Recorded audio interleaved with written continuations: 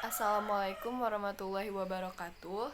Perkenalkan, nama saya Desti Ramadhani, NIM A1C18010. Saya mahasiswi pendidikan kimia FKIP Universitas Jambi. Baik, kembali lagi dengan saya. Kali ini saya akan membahas tentang mekanisme reaksi adisi pada aldehid dan keton. Nah, dimulai dari permasalahan saya. Permasalahan saya yang pertama yaitu aldehid itu sangat reaktif daripada keton ketika dalam adisi nukleofilik. Nah, mengapa hal itu bisa terjadi?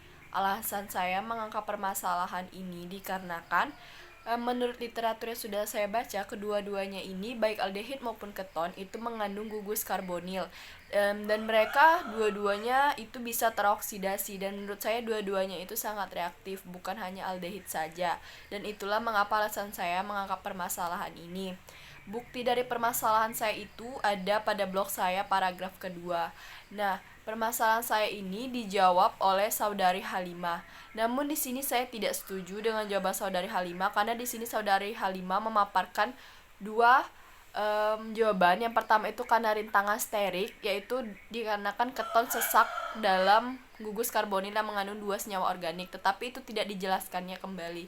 Yang kedua di sini saudari Halimah mengatakan bahwa nukleofil itu gagal menyerang pada keton sehingga keton tidak reaktif. Menurut saya, jika dia gagal menyerang, itu malah tidak akan membentuk reaksi. Bukan, kalau seandainya dia tidak reaktif, berarti dia kemungkinan masih bisa diserang.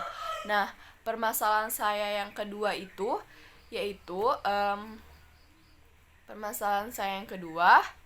mengapa adisi aldehid dari keton sekunder hanya dihasilkan oleh aldehid? Kapan suatu keton bisa mengadisi alkohol sehingga bisa menghasilkan alkohol sekunder? Nah, alasan saya mengangkat permasalahan ini dikarenakan suatu keton itu kan bisa direduksi oleh alkohol sekunder.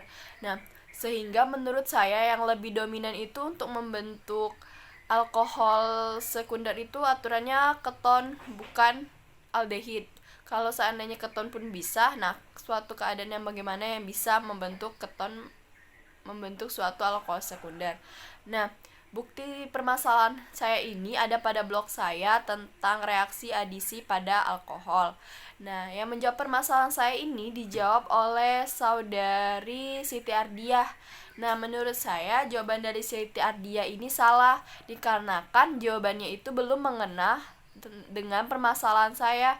Yang saya tanyakan itu kondisi yang bagaimana keton bisa mengadisi alkohol sehingga bisa menghasilkan alkohol sekunder.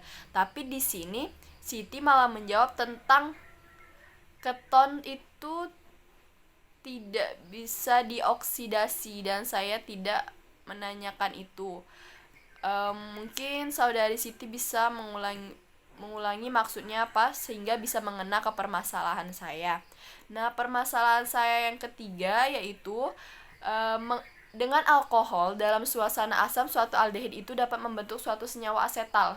Lantas bagaimana suatu alkohol itu jika direaksikan dalam suasana basah? Nah, alasan saya mengangkat permasalahan ini dikarenakan suatu alkohol itu kan bersifat amfoter. Berarti dia bisa dalam asam, bisa dalam suasana basah. Nah, jika dalam suasana asam dia asetal, lantas bagaimana dengan suasana basah? Itu yang saya permasalahkan.